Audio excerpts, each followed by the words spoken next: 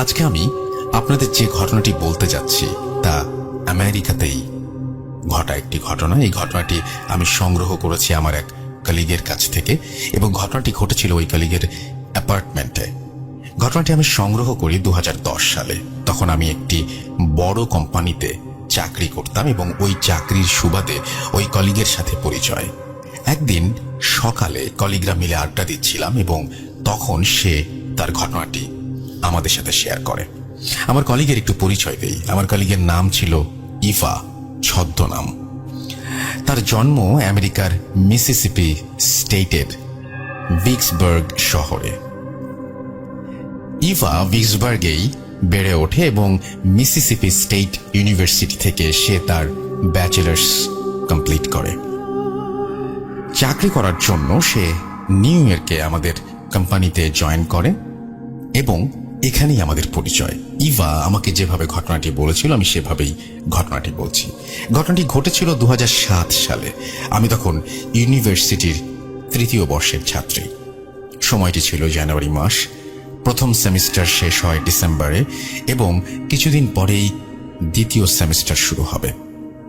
আমি তখন আমার বয়ফ্রেন্ড জেমস, ছদ্মনাম, তার সাথে একটি অ্যাপার্টমেন্টে শিফট করি। অ্যাপার্টমেন্টে একটু বর্ণনা দেই। অ্যাপার্টমেন্টের বিল্ডিংটি ছিল 14 তলা এবং অ্যাপার্টমেন্টটি ছিল 13 তলায়। প্রতিটি ফ্লোরেই 4টি করে ইউনিট, এ, বি, সি এবং টি। আমাদের অ্যাপার্টমেন্টটি ছিল 13A, 2 বেডরুমের একটি অ্যাপার্টমেন্ট। দরজা খুললেই আমাদের লিভিং রুম এবং লিভিং রুমের সাথে সংযুক্ত কিচেন। হাতের বাঁ দিকে একটি ছোট্ট করিডোর। ওই করিডোরের মাঝামাঝি জায়গায় হাতের ডান দিকে আমাদের বাথরুম। করিডোরের শেষ প্রান্তে একটি বেডরুম এবং কিচেনের পাশে আরেকটি বেডরুম। আমরা করিডোরের শেষ প্রান্তের রুমটিতে থাকতাম। প্রথম 2-3 দিন কোনো সমস্যা ছিল না। জানুয়ারির শেষ দিকে আমরা নতুন সেমিস্টার শুরু করেছি। আমিও ধীরে ধীরে ক্লাসে যাওয়া শুরু করলাম আর জেমসও তার কাজে যাওয়া শুরু করলো। ঘটনার শুরু ফেব্রুয়ারি থেকে। জেমসের একটি কুকুর ছিল যার নাম ছিল চার্লি। তারা একে অপরকে খুব ভালোবাসত। চার্লির একটি শারীরিক সমস্যা ছিল, সে কানে শুনতে পেত না। চার্লি আমাদের সাথেই থাকতো, রুমের মেঝেতে ঘুমতো। তো প্রতিদিনের মতো ওই দিনও চার্লি আমাদের রুমেই ঘুমাচ্ছিল। কিছুক্ষণ পর আমাদের ঘুম ভাঙলো চার্লির ঘেউ ঘেউ শুনে। ঘড়িতে দেখলাম তখন বাজে রাত 3টা। আমরা দেখলাম যে চার্লি আমাদের রুমে নেই এবং আওয়াজটি আসছে লিভিং রুম থেকে। তখন আমি আর জেমস আমাদের লিভিং রুমে গেলাম। লিভিং রুমে গিয়ে দেখলাম চার্লি লিভিং রুমের একটি কোণায় তাকিয়ে ঘেউ ঘেউ করছে। লিভিং রুমে আমি, জেমস আর চার্লি ছাড়া তখন কেউই ছিল না। চার্লি কেন ঘেউ ঘেউ করছে তা খোঁজার চেষ্টা করিনি আমরা। জেমস চার্লিকে নিয়ে আবার আমাদের রুমে চলে আসে। ওই দিন রাতে আর কিছু ঘটেনি, কিন্তু এর পরের দিন রাতে আবার একই সময়ে একই ঘটনা। চার্লি লিভিং রুমের ওই কোণায় তাকিয়ে ঘেউ ঘেউ করেই যাচ্ছে। এরকম ভাবে প্রায় প্রতি রাতেই চার্লি একই সময়ে লিভিং রুমে গিয়ে একই কোণার দিকে তাকিয়ে ঘেউ ঘেউ করত। প্রায় 2 সপ্তাহ এরকম চলছিল। এই ঘটনাটি চলাকালীন সময় এটির কারণ খোঁজার চেষ্টা করছিলাম। চার্লি খুবই শান্ত প্রকৃতির ছিল, কিন্তু সে প্রতি রাতে এরকম ঘেউ ঘেউ কেন করতো এটার কারণ আমরা খুঁজে পেতাম না। প্রায় 2 সপ্তাহ পর চার্লির এই প্রতি রাতের ঘেউ ঘেউ শেষ হলো। তবে তখন আমি এবং জেমস অন্য একটা জিনিস লক্ষ্য করলাম। আমরা দেখলাম যে চার্লি সারাক্ষণ আমাদের রুমেই থাকতো। সে লিভিং রুমে যেতে চাইতো না। চার্লিকে নিয়ে বাইরে গেলে সে আবার বাসার ভেতরে আসতে চাইতো না। অনেক টেনে তাকে বাসায় ঢুকাতে হতো। সারাক্ষণ ভয়ে ভয়ে থাকতো। তাই জেমস চার্লিকে তার মা বাবার কাছে রেখে আসে। আমরা অনেকেই শুনেছি যে কুকুর বিড়ালরা প্যারানরমাল জিনিসের আভাস পায়। মানুষ যা দেখতে পারে না, কুকুর বিড়াল অনেক সময় তা দেখতে পায়। কিন্তু আমাদের এই ঘটনাটিকে নর্মাল ভাবে আমরা নেই। তার 1 মাস পর, অর্থাৎ 1 মাস কেটে যাবার পর তেমন কিছুই ঘটে না।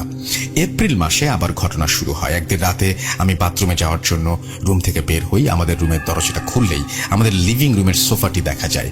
ঘুম ঘুম চোখে আমার মনে হলো লিভিং রুমের সোফায় কেউ বসে আছে। ভাবলাম হয়তোবা ভুল দেখছি, তাই ভালো করে না দেখে আমি বাথরুমে চলে যাই। বাথরুম থেকে বেরিয়ে দিয়ে যখন আবার সোফার দিকে তাকাই, তখন আমি স্পষ্ট দেখি যে একজন বয়স্ক মানুষ, বয়স 50 থেকে 60 হবে, হাতে একটা পুরনো হ্যাট নিয়ে এবং কালো স্যুট পরে আমাদের সোফায় বসে আছেন। কি ঘটছে কিছু বোঝে ওঠার আগেই ওই বয়স্ক লোকটি আমার দিকে তাকিয়ে হাসলেন এবং উঠে আমার সামনের দিকে হেঁটে চলে গেলেন। লোকটিকে বা কোথায় গেল তা দেখার মতো সাহস আমার ছিল না। আমি আবার রুমে এসে ঘুমিয়ে পড়ি। আমি ঘটনাটি জেমসের সাথে শেয়ার করিনি এবং ঘটনাটিকে স্বপ্ন বলে নিজেকে সান্ত্বনা দিয়ে নেই। এরপর থেকে আমার মাঝে মাঝেই মনে হতো আমাদের লিভিং রুমের সোফায় কেউ বসে আছে। এই ঘটনাটার কিছুদিন পর আমি আর জেমস বাইরে থেকে ডিনার করে বাসায় ফিরি।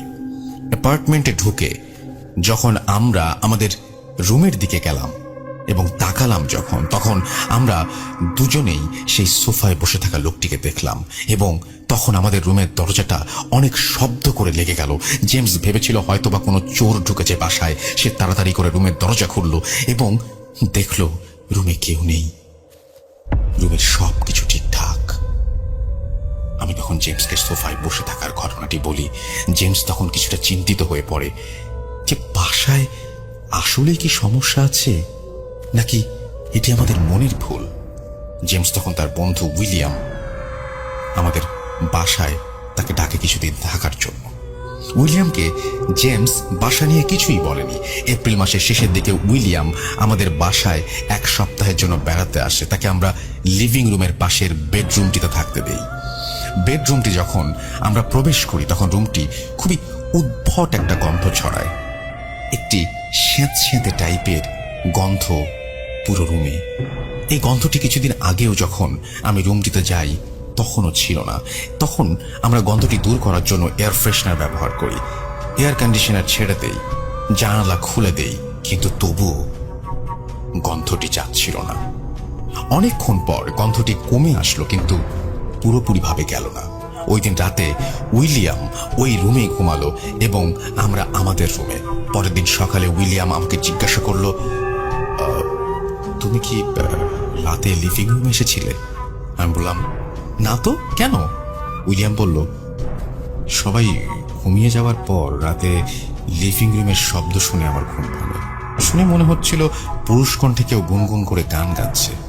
আমি তখন আমার রুম থেকে উঠে দরজাটা খুললাম, দেখলাম যে লিভিং রুম পুরোটাই খালি। আর ঠিক তখনই দেখলাম তুমি করিডোরের দিকে যাচ্ছ। আমি তখন আর কিছু না ভেবে রুমে এসে শুয়ে পড়লাম। কিন্তু কি আশ্চর্যের বিষয় হলো, যখন আমি বিছানায় গেলাম ওই স্যাঁতস্যাঁতে গন্ধটি আরো তীব্র হয়ে গেল।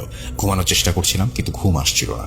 আস্তে আস্তে যখন সকাল হচ্ছিল গন্ধটিও কমে আসছিল আর আমি আবার ঘুমিয়ে পড়ি। আমি উইলিয়ামের কথা শুনে খানিকটা অবাক হই, কারণ আমি রাতে লিভিং রুমে যাইনি। তাহলে উইলিয়াম কাকে দেখলো আর পুরুষ কণ্ঠেই বা কে গুনগুন করছিল?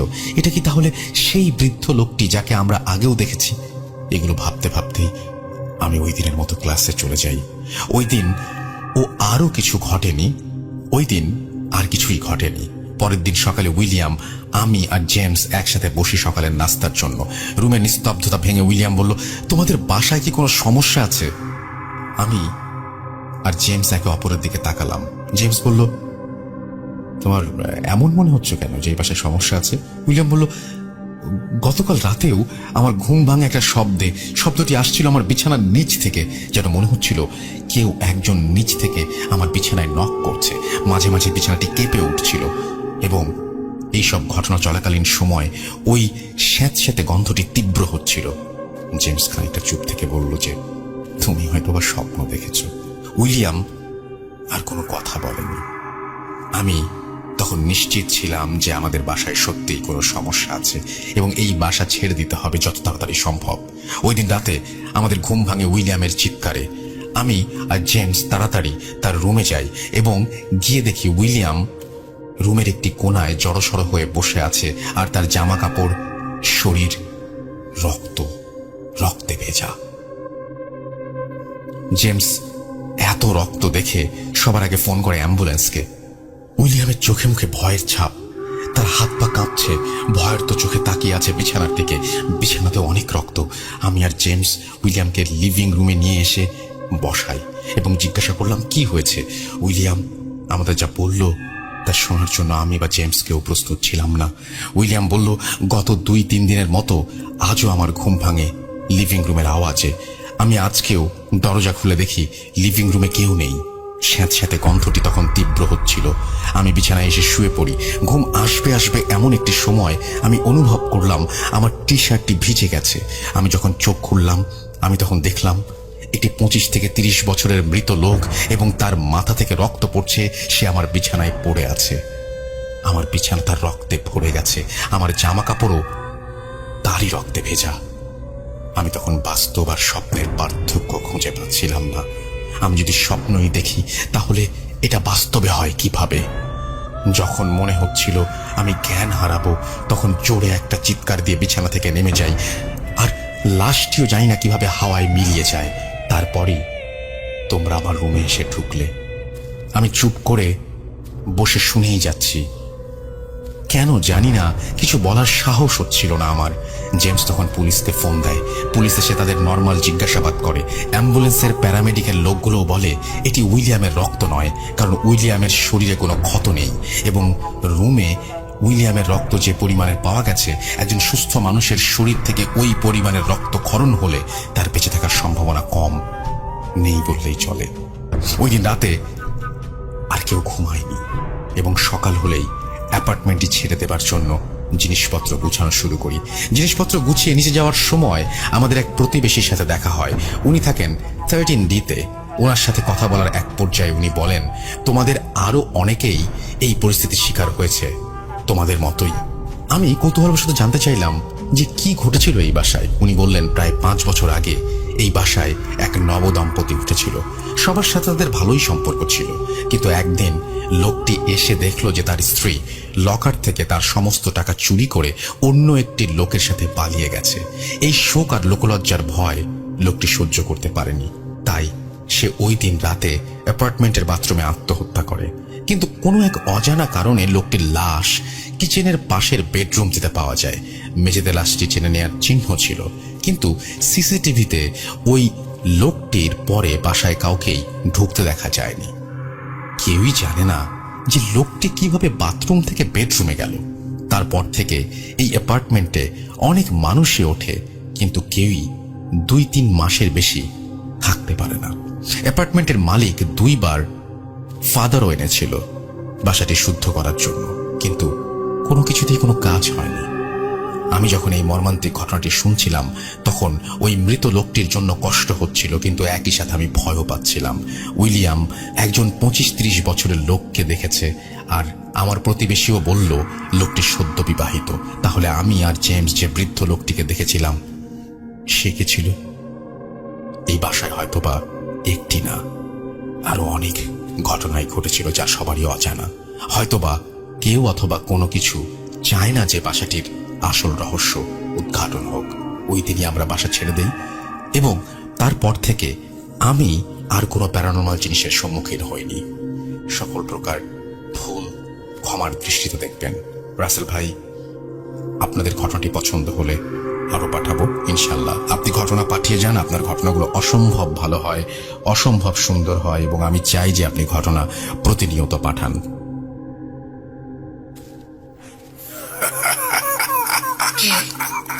কে তুমি? Bhoot.com. The fear returns with Russell.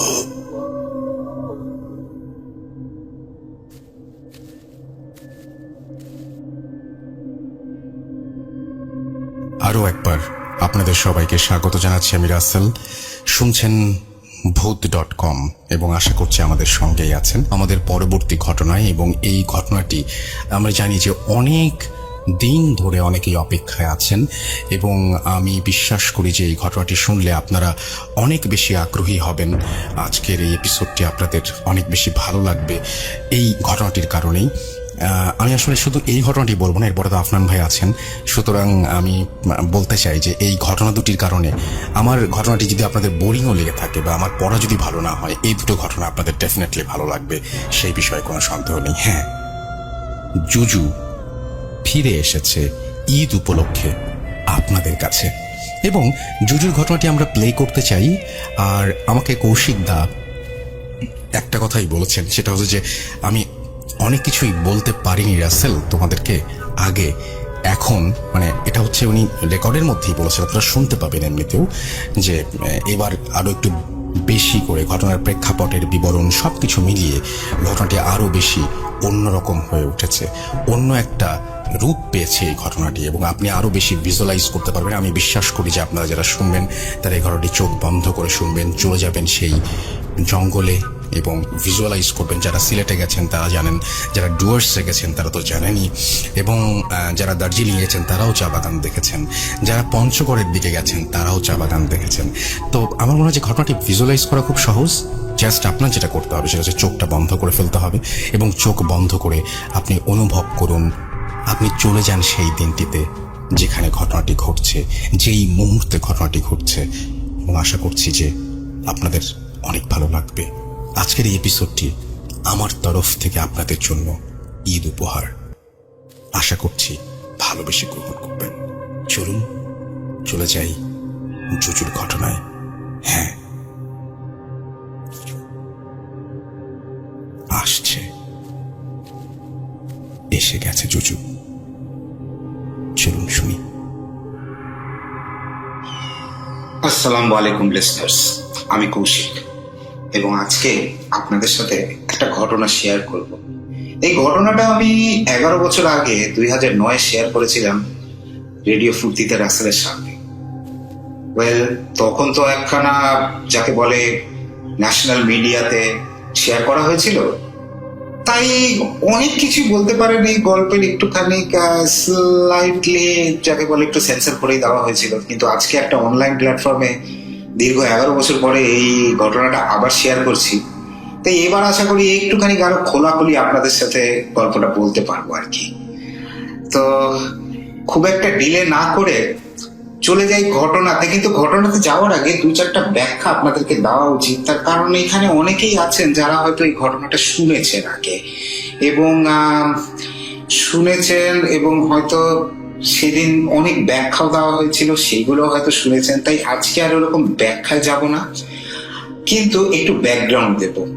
মানে আমি যখন ছোট ছিলাম, মানে 43 রানিং নাও, আমি যখন ছোট ছিলাম তখন, মানে এই 1-2 বছর বয়স যখন ছিলাম আমার, তখন যখন আমি বায়না করতাম বা কান্নাকাটি করতাম, খেতে চাইতাম না, তখন আমার বড় বোনেরা, ফুপুরা, মা, এরা সবাই আমাকে ভয় দেখাতে, বলতো যে তাড়াতাড়ি খেয়ে নাও, না হলে জুজু আসবে।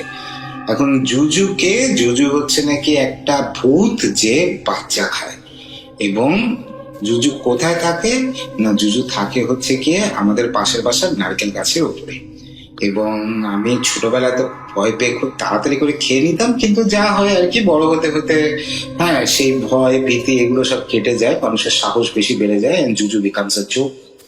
তারপরে আনন্দ মেলায় একখানা গল্প আসলো, ভূতেরাও চাউমিন খেতে ভালোবাসে, যেখানে একটা খুব কিউট জুজুকে আঁকা হইলো, একটা ছোট্ট বাচ্চা ভূত যার চাউমিন খাওয়ার খুব শখ হয়।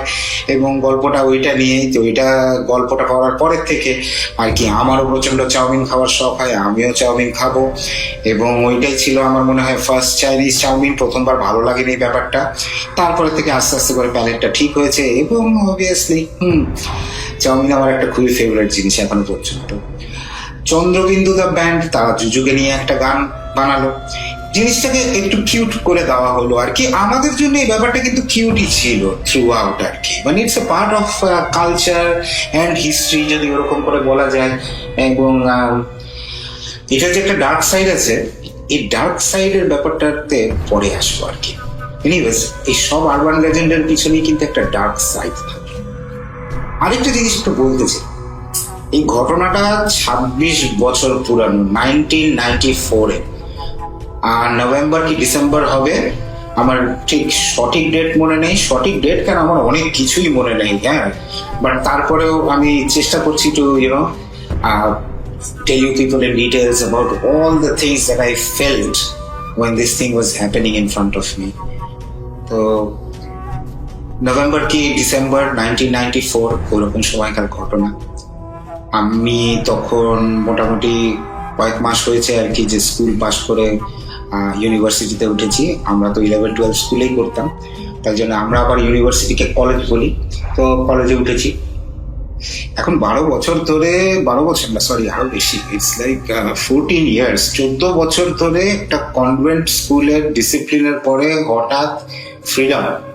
তো ডানা তো একটুখানি গজাবেই আর কি, আমারও তাই হলো, সবার মতন আমারও একটু ডানা গজিয়ে গেল। এবং ডানা গজালে যা হয়, একটু ফ্রিডম মিসইউজ আমরাও করা শুরু করলাম। আমি এবং আমার এক বন্ধু ছিল নীলাঞ্জন, আমরা দুজন খুবই ফাস্ট ফ্রেন্ডস ছিলাম যাকে বলে, এবং অনেক কিছুই একসাথে করতাম। এবং আমাদের কলেজ সল্টলেকে ছিল অবস্থিত, এবং যে লিসনার্সরা কলকাতার আছে তারা তো জানেনি যে সল্টলেকে একটা গ্রিন ওয়ার্জ বলে একটা জায়গা আছে। এখন গ্রিন ওয়ার্জটা কি, বেসিক্যালি এইটা হচ্ছে গিয়ে একটা সরু লম্বা বেল্ট, এটা একটা বনায়ন প্রজেক্ট ছিল। এবং এইটা যেটা হচ্ছে গিয়ে কি, এখানে গভর্নমেন্ট তো চিন্তা করে রেখেছিল খুব ভালো করে যে মানে সুন্দর ল্যান্ডস্কেপিং করবে, একটা রাস্তাও ছিল জগিং ট্র্যাক হিসেবে ইউজ করা হবে। এটা সল্টলেকের এই ব্লকের থেকে স্ট্রেচ করে সি ব্লক পর্যন্ত যেত, একটা লম্বা স্ট্রেচ। কিন্তু যা হয়, কিছুদিন পরে ওই জিনিসপত্র কেয়ার রাখা হয় না, কেয়ার রাখা না হতে যেটা হয় সেটা হচ্ছে গিয়ে যে খারাপ হতে শুরু করে সবকিছু, অ্যান্ড ওভারগ্রোন হয়ে যায় পুরো জায়গাটা। মানুষজন তখন অ্যাভয়েড করা শুরু করে এই গ্রিন বেল্টকে। এবং জানেনই তো কি হয়, মানুষ যখন কোনো একখানা জায়গাকে অ্যাভয়েড করা শুরু করে তখন এখানে দুষ্কৃতীদের আনাগোনাটাও একটুখানি বেড়ে যায়। এবং শুধু দুষ্কৃতী কেন, আরো অনেক মানুষে অনেক কিছু করে এখানে। যেমন আমি একদম সত্যি বলি, কলেজের অপোজিট ব্লকে ছিল হচ্ছে গিয়ে এই গ্রিন ওয়ার্জটা। এবং আমি আর নীলাঞ্জন সপ্তাহে 2-1 বার আর কি কলেজ শেষে কিঞ্চিত টুকটাক নেশা করতাম। শুধু আমরা না, আরো অনেকেই করতো এই গ্রিন ওয়ার্জে। এবং তারপরে আমরা যে জিনিসটা করতাম সেটা হচ্ছে গিয়ে যে ওইটার সাথে যে লাগোয়া একটা ব্লকের পার্ক ছিল অ্যান্ড কমিউনিটি সেন্টার, আমরা ওইখানে বেঞ্চে বসে আড্ডা মারতাম, গান নিয়ে ডিসকাশন করতাম, মুভিজ নিয়ে ডিসকাশন করতাম, পলিটিক্স নিয়ে। হ্যাঁ, তারপরে কলেজে কি করব, প্ল্যান প্রোগ্রাম, আমরা দুজনে ইউনিয়নের মেম্বার ছিলাম, তো এইরকম আমরা করতাম। তারপরে যখন ঘন্টাখানিক পরে নেশা কেটে যেত, আমরাও আস্তে ধীরে আর কি বাসার দিকে রওনা দিতাম। মানে নীলাঞ্জন লোকাল ছেলে ছিল, আমি ঠিক এক্স্যাক্টলি লোকাল না, আমার বাসা হচ্ছে গিয়ে about 5 minutes driving distance, and let us say about 15 মিনিটের মতন হাঁটার ডিস্টেন্স ছিল। তো আমরা মানে তো এখানে মোটামুটি রেগুলারলি যাই আর কি, রেগুলারলি বসি, আড্ডা মারি। তো অনেক মানুষদেরকেই আর কি মুখ চেনা হয়ে যায়। তার মধ্যে বেসিক্যালি 2 জন ছিলেন, আমার কিন্তু এক্স্যাক্টলি এখন ওনাদের নাম মনে নেই, তাই জন্য একটু কাল্পনিক নামই ইউজ করছি ওনাদের জন্য। অনিমেষ বাবু এবং ওনার ছোট ভাই অনিমেষ বাবুর বয়স তখন 42-43 মতন হবেন। উনি একজন ব্যাংকের বেশ উচ্চপদস্থ কর্মকর্তা, এবং Anirban was the more interesting person.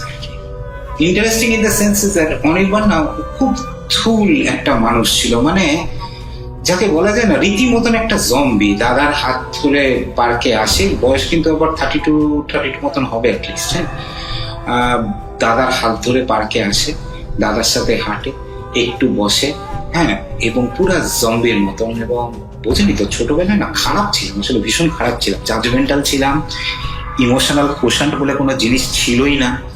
আমার তো মনে পড়ে যে আমি অনির্বাণকে মানে ডিসক্রাইব করেছিলাম উইথ দ্য ওয়ার্ডস যে টেলা মাল। না, আজ হলে আমি কোনোদিন এই ওয়ার্ডটা ইউজ করবো না to describe anybody like that, absolutely not. তো তখনকার দিন তো দুষ্টু প্রকৃতিরও ছিলাম খুব। আমরা তখন মনে করেছিলাম যে অনির্বাণ মনে হয় আমাদের দলেরই আর কি, তাই জন্য মানে নীলাঞ্জন তো আরো দুষ্টু ছিল। ও তো একদিন অনির্বাণ যখন একা একটু বসেছিল গিয়ে একটুখানি জিজ্ঞেস করে এসেছিল কি দাদা চলবে নাকি। হ্যাঁ, তো আমরা সেদিনই ব্যাপারটা রিয়েলাইজ করি যে দের ইজ সামথিং, মানে এটা আমরা ভুল করেছি, এটা একটা খারাপ জিনিস, আমাদের এরকম করা উচিত ছিল না, ওনার একটা কোনো প্রবলেম আছে। এবং তারপরে একদিন আমরা মানে জিজ্ঞেসই করে বসলাম অনিমেষ বাবুকে যে কি হয়েছে, মানে কি ব্যাধি, what what is wrong with him. তো অনিমেষ বাবু তখন আমাদেরকে মানে ইনফ্যাক্ট প্রথমে উনি নিরঞ্জনকে চিনে ফেলেন, বলে তুমি না মহিতোষ বাবুর ছেলে? তো নিরঞ্জন বলে হ্যাঁ। এবং বলে যে খুব ভালো কথা, তাহলে জানতেই যদি চাও আসো একদিন আমাদের বাসা, হ্যাঁ তোমাদেরকে শোনাই যে ওর সাথে কি হয়েছে, খুব ইন্টারেস্টিং কিন্তু। তো আমাদেরও তো বেশ বলছেন, তো মানে আমরাও খুব ইন্টারেস্টেড হয়ে যাই এবং আমরাও ডিসাইড করি যে সেদিন একটা শুক্রবার ছিল, যে আগামী শনিবার আফটার ব্রেকফাস্ট গোটা 11টা সাড়ে 11টার দিকে আমরা যাব ওনাদের বাসায়। এবং তাই করলাম, আমরা ওনাদের বাসায় গেলাম এবং সেইখানে অনিমেষ বাবু আমাদেরকে যে ঘটনাটা শোনায় সেই ঘটনাটা আমি এখন অলমোস্ট লাইক থার্ড পার্সন পার্সপেক্টিভে আপনাদের সবাইকে শোনাব। তো অনির্বাণ বেসিক্যালি কলকাতার একটা চা কোম্পানিতে চাকরিরত ছিল, মোটামুটি মিড লেভেল ম্যানেজমেন্ট যাকে বলে।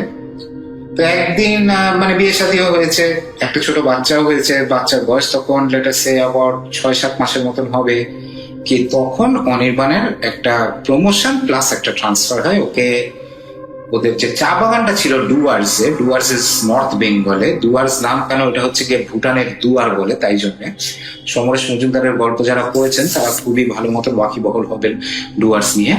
তো ডুয়ার্সে ওদের যে চা বাগানটা ছিল অনির্বাণের সেখানে ট্রান্সফার হয় এবং ওখানকার অ্যাসিস্ট্যান্ট ম্যানেজার পদটা পায় আর কি। আর অ্যাসিস্ট্যান্ট ম্যানেজার কিন্তু চা বাগানের একটা বিশাল বড় পোস্ট এবং বলা যেতে পারে it's like the CEO of the চা বাগান। এবং ওইখানে যাওয়ার লেটার সে 2-3 মাস পরে অনির্বাণ করব পায়েলকে আর বাচ্চাকেও ডেকে নেয়, বিশাল বড় বাংলো, হ্যাঁ ফ্যান্টাস্টিক একটা জায়গা, খুবই সুন্দর মনোরম একখানা বিউটিফুল একটা প্লেস নাকি অ্যাপারেন্টলি। অনিমেষ বাবু তো ওখানে গেছেন, তাই জন্যই উনি আর কি বলতে পারলেন জিনিসটা, উনি খুব সুন্দরভাবে ডিসক্রাইব করছিলেন। তো এখন ব্যাপারটা হচ্ছে গিয়ে এরকম যে এই 8-9 মাসের বাচ্চা নিয়ে পায়েলের বেসিক্যালি তো করার বিশেষ কিছু নেই। এবং আরেকটা কথা বলি, চা বাগান কিন্তু একটা কমপ্লিটলি ডিফারেন্ট একটা ইকোসিস্টেম। এই জিনিসপত্র ওখানে যারা ছিলেন বা যারা থাকতেন বা যাদের বাবা মা কেউ একজন এখানে কর্মরত ছিল তারা হয়তো একটু কিঞ্চিত এগ্রি করবেন আমার সাথে, আর যারা জানেন না তাদেরকে আসলে বলতে চাই যে এটা একটা কমপ্লিটলি ডিফারেন্ট একটা ইকোসিস্টেম, এখানে সবকিছু চলে। এটা আমাদের সাথে আমাদের সোসাইটির সাথে মিল খুব কম আর কি। ইনফ্যাক্ট ব্রিটিশ আমলের জিনিসপত্র নিয়ে এখনো চলে তো ব্যাপারগুলো, তো তাই আর কি। তো এনিওয়েজ পায়েল ওখানে পৌঁছায়, তো অবভিয়াসলি যা হয় আর কি নতুন বাসা, তো এই সে ঘর সাজানো শুরু করে। তো চা বাগানের যে অফিসটা আছে আর কি, সেই অফিসে পায়েলের হঠাৎ চোখে পড়ে বেশ কয়েকটা মুখোশ, মাস্ক এবং অদ্ভুত যেগুলো থাকে না, ওই যে ভয়ের কিছু মুখোশ টুখোশ আছে যেগুলো দার্জিলিং বা ভুটান এইসব জায়গাতে দেখবেন খুব পাওয়া যায়। হ্যাঁ, ধূপ করে রাত্রিবেলার অন্ধকারে দেখলে হয়তো ভয় লাগে, কিন্তু অ্যাকচুয়ালি খুবই সুন্দর জিনিসগুলো। তো পায়েলের একটা মুখোশ পছন্দ হয় এবং ও এই মুখোশটা নেবেই নেবে। এবং ও মুখোশটা যখন মানে অর্ডার দেয় যে এটাকে খোলাও, তো তখন যে মানে গার্ড ছিল একজন নেপালি গোর্খা গার্ড, সে তাকে মানা করে, বলে মেম সাহেব ইসকো ঘর মে মাত লেকে যাইয়ে, মেম সাহেব এইটা একটা অপদেবতা, এবং এইটা ঘরে থাকা ভালো না, ও ঘরে থাকলেই অনেক রকমের সমস্যা হয়, মেম সাহেব ওকে নিয়ে যায় না। কিন্তু পায়েলও তো একটা এডুকেটেড মেয়ে না, শহরের মেয়ে, ও তো আর এইসব বিশ্বাস করনে বলা পার্টি না। তো পায়েল যে জিনিসটা করে সেটা হচ্ছে গিয়ে যে একদম কথাতে কোনো গ্রাহ্য মাহ্য না করে, অ্যাবসলিউটলি কেয়ার না করে মুখোশটা বাসায় নিয়ে এসে একটা খুব সুন্দর জায়গায় লিভিং রুমে টাঙিয়ে দেয়। তো ভালো কথা, হ্যাঁ দিনকাল চলছে এরকম করে। বাচ্চাটা অ্যাজ ইউজুয়াল এরকম বয়সের বাচ্চা হলে যা করে আর কি, প্যাঁপু বায়না করে, কথা তো বলতে পারে না হয়তো, বা বলে হয়তো, আমি ঠিক এক্স্যাক্টলি জানি না। তো সেও হয়তো মাঝে মধ্যে বায়না ঠায়না করতে থাকে। তো একদিন এরকম খাবে না বাচ্চা, ভর দুপুর বেলায় আর কি, একদম বাচ্চা খাবে না, খুব বায়না করছে, খুব কাঁদছে। তখন রেগে মেগে রীতিমতন পায়েল একটুখানি মানে বলে ওঠে, কেন রেগে না আর কি, যেরকম করে আর কি মায়েরা, স্নেহ থাকে অনেক বিড়ালের মধ্যে। তো সে আর কি বলে ওঠে, এখানে তুমি কিন্তু এখনই খেয়ে নাও, না হলে কিন্তু জুজু আসবে। এবং ঠিক তখন একটা দমকা হাওয়ার মতন আর বড় বড় জানলাগুলোর থেকে মানে এসে পায়েলের মনে হয় কে যেন ওর কানের মধ্যে না ফিস ফিস করে, মানে বাংলায় ফিস ফিস করে বলে, জুজু আসবে, জুজু আসবে। পায়েলের ভয় লাগে, মানে লাগাই উচিত। ইনফ্যাক্ট একা একটা এত বড় বাংলোতে থাকা, হ্যাঁ, ব্রিটিশ আমলের সেই বিশাল বাংলো, লম্বা লম্বা সিলিং, বিশাল বিশাল জানলা দরজা, ওর ভয় লাগে। কিন্তু আমরা কি করি, এরকম কোন একখানা জায়গায় যখন আমাদের ভয় ঠয় হয়, ভয় লাগে, আমরা তখন এই জিনিসটাকে রেশনালাইজ করার চেষ্টা করি। আমরা বলি যে তোর কিচ্ছু হয় নাই, অ্যাবসলিউটলি নাথিং, এটা আমার মনের ভুল। এবং পায়েল ওইটাই মনে করে, হ্যাঁ, আবার gets on to her work আর কি। আরো কয়েকটা দিন পাস করে, হ্যাঁ, আবারও এরকম দুপুরবেলায় অনির্বাণ কাজে আছে আর কি, হ্যাঁ, তো আবারও বেশ অনেকদিন পরে বাচ্চা আবার একখানা, হ্যাঁ, বায়না করে, হ্যাঁ, খাবে না হয়তো, পুরো কান্নাকাটি করছে। তো সেই সময় আবারও মানে পায়েল তো আর কি আমার মতনই হয়তো ছোটবেলায় এরকম বলা হতো, ওইটুকু একটা কালচারের পার্ট নিয়ে বলে ওঠে যে তাড়াতাড়ি খাও, না হলে কিন্তু জুজু আসবে। এইবার দমকা হাওয়াটা আবার আসে এবং আরেকটু ক্লিয়ারলি, আগের বারটা যেমন একটু ফিস ফিস ছিল, এবারটা হচ্ছে কি না যেন কেউ একটা কানে হালকা করে একটা লো টোনে বলে আর কি, জুজু আসছে, জুজু আসছে। পায়েল এবার সত্যি খুব ভয় পায়, প্রচন্ড ভয় পায় পায়েল। এবং ও যে জিনিসটা করে সেটা হচ্ছে গিয়ে যে বিকাল বেলায় যখন অনির্বাণ আসে, তখন অনির্বাণকে খোলাখুলি সব কথাবার্তা বলে যে দেখো আমার ভয় লাগছে, আমার মনে হয় গোরকা ঠিকই বলেছিল, মুখোশটাতে মনে হয় কোনো একটা সমস্যা আছে, আমার খুব ভয় লাগছে। তো অনির্বাণও বুঝছে নিত যে একটা এডুকেটেড ছেলে, হ্যাঁ, এইগুলোকে দূর করে আমরা প্রথমবার মানতে পারি, এটা তো আমাদের এডুকেশনের উপর একখানা যাকে বলে ধাব্বা হবে, হ্যাঁ, যে আমরা যদি এইসব ধুম করে মেনে যাই, হ্যাঁ, তাই জন্য মানে লোক দেখানোর জন্যও, হ্যাঁ, আমরা ইমিডিয়েটলি এগুলো রেশনালাইজ করা শুরু করি। এবং অনির্বাণও তাই করে, বলে দূর কি সব যে বলো তুমি, তোমার মাথা টাথা খারাপ হয়ে গেছে নাকি? না না না, ফালতু কথা, হ্যাঁ, বলে না গো আমার সত্যি খুব ভয় লাগছে, আমি ভাবছি একটুখানি কলকাতা থেকে ঘুরে আসবো। তোর কি যে বলো সব, আরে কি হয়েছিল একটুখানি আমাকে বলো তো। তো ঠিক তখন পায়েল না ব্যাপারটাকে রিকাউন্ট করে। পায়েল তখন বলে যে দেখো এরকম করে বাবু তখন খাচ্ছিল না, হ্যাঁ, তো আমি ওকে খাওয়ানোর সময় আর কি বুঝছো তো, মানে বলেছিলাম যে তাড়াতাড়ি খাও, না হলে কিন্তু এখন জুজু আসবে। ঠিক এই সময় যেটা ঘটলো, যেরকম দমকা হাওয়া টাওয়া কিছুই না সাচ, বাট যেন মনে হলো যে কেউ একজন ওদের রুমে প্রেজেন্ট আছে এবং সে বেশ লাউডলি বলে উঠলো, জুজু খাচ্ছে, জুজু খাচ্ছে। একটা কাঁচ ভাঙার শব্দে তারা দৌড় দিয়ে বেডরুমের মধ্যে ঢোকে, because bedroom is like 3 seconds away আর কি। দৌড় দিয়ে বেডরুমের মধ্যে ঢোকে এবং বেডরুমের মধ্যে ঢুকে তারা যে জিনিসটা দেখে, সেটার জন্য তারা কেন, এটার জন্য আমার মনে হয় না কেউ কোনোদিনই প্রস্তুত থাকবে। খাটের পাশের কট এবং কটের উপরে একখানা বিভৎস ক্রিচার বাচ্চাটাকে অর্ধেক খেয়ে ফেলেছে। Half part of the body, হ্যাঁ, অলরেডি মানে সরি, বাচ্চার কান্নার আওয়াজও একখানে ছিল, মানে একটা সাপ চিৎকারও ছিল, সাপ চিৎকার, একটা গ্লাস ভেঙেছিল। এবং তারা দৌড়ে ঘরের মধ্যে ঢুকে এই বিভৎস সিনটা দেখে। ওই যে ক্রিচারটা, আমি পরে একটু ডিসক্রিপশন দেওয়ার চেষ্টা করবো আর কি, যতটুকুনি আমাকে যা বলা হচ্ছে, যে ওই ক্রিচারটা মানে কটের উপরে দাঁড়ানো এবং মুখের মধ্যে অর্ধেক বডি অফ দ্য কিড, আর বাকি অর্ধেকটা হচ্ছে গিয়ে কটের মধ্যে।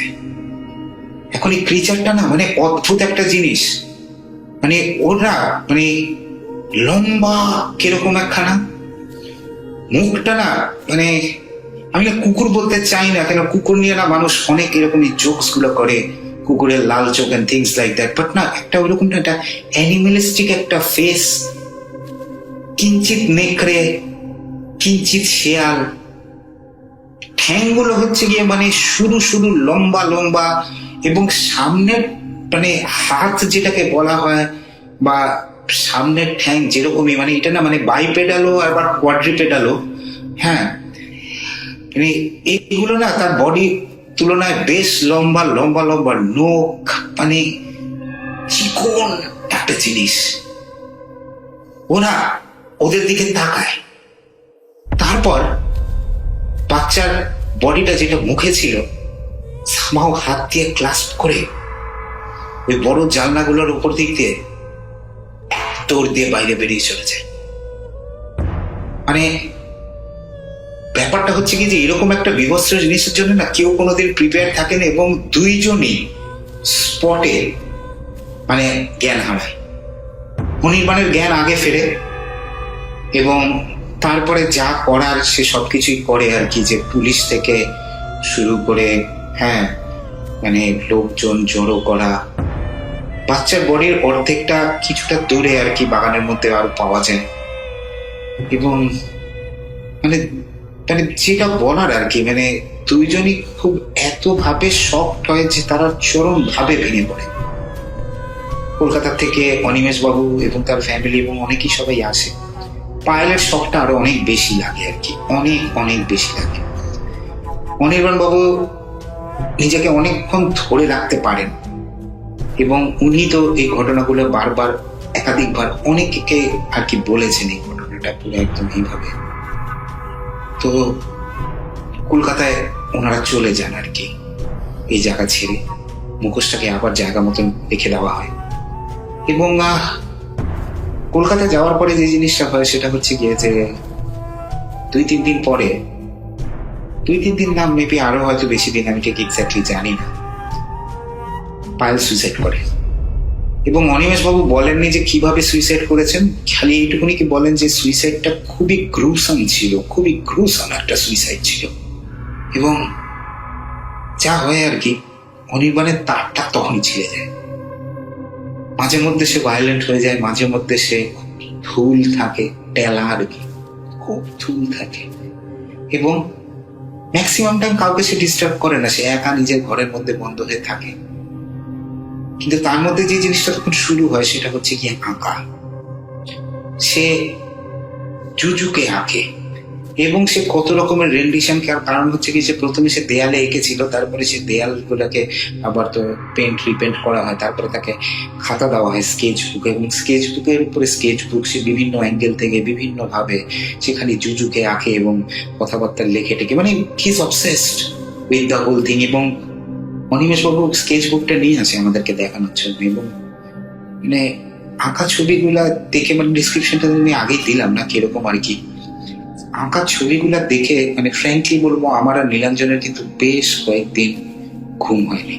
ইনফ্যাক্ট আমরা এইটা নিয়েই শুধু ডিসকাশন করতাম যে আমাদের ছোটবেলাকার সেই কিউট জুজু এই কি রূপে পরিণত হলো, কি এই জিনিসটা, হোয়াট ইজ দিস। লোকালরা তো বলে অপদেবতা, অপদেবতা জিনিসটা কি, কি এই ব্যাপারটা। রেডিও ফুর্তির ওই প্রোগ্রামে কিন্তু আমরা অনেক ব্যাখ্যা দিয়েছিলাম এইসবের, যে কি হতে পারে কি না। এখানে এত ব্যাখ্যা দেব না, খালি এটাই বলবো যে ভয়ঙ্কর একখানা জিনিস এবং মর্মান্তিক একটা ঘটনা। তবে ঘটনাটা যদি এইখানে শেষ হয়ে যেত না তাহলে কিন্তু ভালোই হতো, কিন্তু এইখানে মূলত যদি মেন ঘটনাটা শেষ হয়ে গিয়ে থাকে তাহলে একটুখানি ফাস্ট ফরওয়ার্ড করে কাটটু যাই 8 বছর পর। আমি তখন কলকাতায় একটা অ্যাড এজেন্সিতে চাকরি করি, যার একখানা ব্রাঞ্চ অফিস ঢাকাতে আছে। মাঝে মধ্যেই আমার ঢাকাতে আসা হয়, মানে এরকম হয় যে আমি 1 মাস 2 মাস ঢাকাতে থাকি, বাকি সময়টা কলকাতায় থাকি। আবার আসি কোনো একখানা বড় কাজ, একটা পিচ বা কোনো বড় ক্যাম্পেইন যদি হয় ওটার সময়, প্রোডাকশনের কোনো কাজ থাকলে আসি, আবার যাই। ভালোই লাগতো বেশ এই 2 শহরে থাকা, একবার এখানে একবার ওখানে। তো যা হওয়ার আর কি, আমার সাথেও কিন্তু মানুষের বন্ধুত্ব হয়। এবং আমার যিনি আর্ট পার্টনার ছিলেন, মানে আমি মূলত তো একটা কপিরাইটার ছিলাম, আমি তো লিখতাম, এবং রাসেলও কপিরাইটারই ছিল আর কি মূলত, আমরা দুইজনই মূলত কপিরাইটার। তো প্রত্যেকটা কপিরাইটারের একজন তো ভিজুয়ালাইজার বা একটা আর্ট পার্টনার লাগে। তো আমার যিনি আর্ট পার্টনার ছিলেন, ওখান ব্যাচে সিনিয়র আর্ট ডিরেক্টর, উনি আমার আর্ট পার্টনার ছিলেন। তো আমরা দুজন আর কি একসাথে কাজ করতাম। তো ওনার সাথে আমার বেশ ভালোই একখানা বন্ধুত্ব হয়, যেটা আজ পর্যন্ত এখনো আছে আর কি, টিকে আছে, খুব স্ট্রং। তো ওর আবার যে ব্যাপারটা ছিল হচ্ছে গিয়ে যে ওরও না, মানে কি বলবো, যে লাইফের মধ্যে না অনেক এরকম সুপার ন্যাচারাল ঘটনা ঘটে। হ্যাঁ মানে টুকটাক অনেক কিছু আগে যেখানে থাকতো ওই জায়গা ছাড়তে বাধ্য হয়। হ্যাঁ মানে এমন কিছুই আর কি। হ্যাঁ আমি দেখি ওর ঘটনা আমি পরে যদি পারি কিছু বলবো টলবো আপনাদেরকে কালেক্ট করে। ও আসলে খুব একটা চায় না এগুলা বলা হওয়া হোক আর কি। তো ও মানে ওর সাথে আমার বেশ ভালোই একটা বন্ধুত্ব হয়। ওর মানে আমার মনে আছে যে 2001 ওর ছেলে হয়েছে। হ্যাঁ তো এখন আমি তারপরে ওই বিজ্ঞাপন এজেন্সি চাকরিটা ছেড়ে দিই, তো আমার তখন ঢাকায় আসা বন্ধ হয়ে যায়। আমি আরেকটা বিজ্ঞাপন এজেন্সিতে চাকরি নিই কলকাতায়। তারপরে হঠাৎ মানে বাংলাদেশেরই যে সবচেয়ে ওল্ডেস্ট বিজ্ঞাপন এজেন্সি থেকে আমার একটা অফার আসে এবং আমি আবার ঢাকায় ব্যাক করি এবং তারপরে থেকে তো আমি এখন এখানেই আছি আর কি। তো অবভিয়াসলি এটা হচ্ছে কি আবার 2005-এ আমি ফিরে এসেছি হ্যাঁ ঢাকাতে, এবং আবারও সব বন্ধু বান্ধবদের সাথে রিনিউড অ্যাকোয়েন্টেন্সেস হয়ে গেছে সবকিছু। তো আমার এই বন্ধুর সাথেও আমার আবারও অ্যাকোয়েন্টেন্স হয় এবং আমি জানতে পারি যে ওদের ফ্যামিলির সাথে যেসব সুপার ন্যাচারাল ঘটনাগুলো ঘটছে এই ঘটনাগুলো এখনো থামেনি। ওরা তখন কিন্তু তাদের ওই পুরোনো বাসা ছেড়ে মানে গুলশানের কাছাকাছি একটা নতুন বাসাতেও তারা শিফটিং করেছে। তারপরেও থিংস আর লাইক ওর ছেলের একটা ইমাজিনারি প্লেমেটও হয়েছে। এখন এইটাই ওকে প্রচন্ড ডিস্টার্ব করে। তো যেদিন ও আমাকে বাসায় দাওয়াত দিল আমাকে বলছিল যে কুশির দেখ তুই তো আবার এইসব মানে পছন্দ টছন্দ করিস, তোর তো আবার এইসব নিয়ে ইন্টারেস্ট আছে। মানে আমি না বুঝে উঠতে পারতেছি না রে দোস্ত। মানে ওর এই যে ইমাজিনারি প্লেমেটটা না এটা না এখন একটুখানি একটু বেশি বাড়াবাড়ি হচ্ছে। ও না এখন মানে এর কথা শুনে অনেক কিছু উদ্ভট কাণ্ড কারখানা করে আর কি। হ্যাঁ মানে এই ব্যাপারটা আমার একটু ডিস্টার্বিং লাগছে। এখন দেখুন ইমাজিনারি প্লেমেট তো আমাদের সবারই থাকে সবারই হয় তাই না? তো আমি হয়তো জিনিসটাকে খুব একটা বেশি গ্রাহ্য করিনি। তারপরে আমার মনে হলো যে না একটু বাচ্চাটার সাথে গল্প গুজব করি।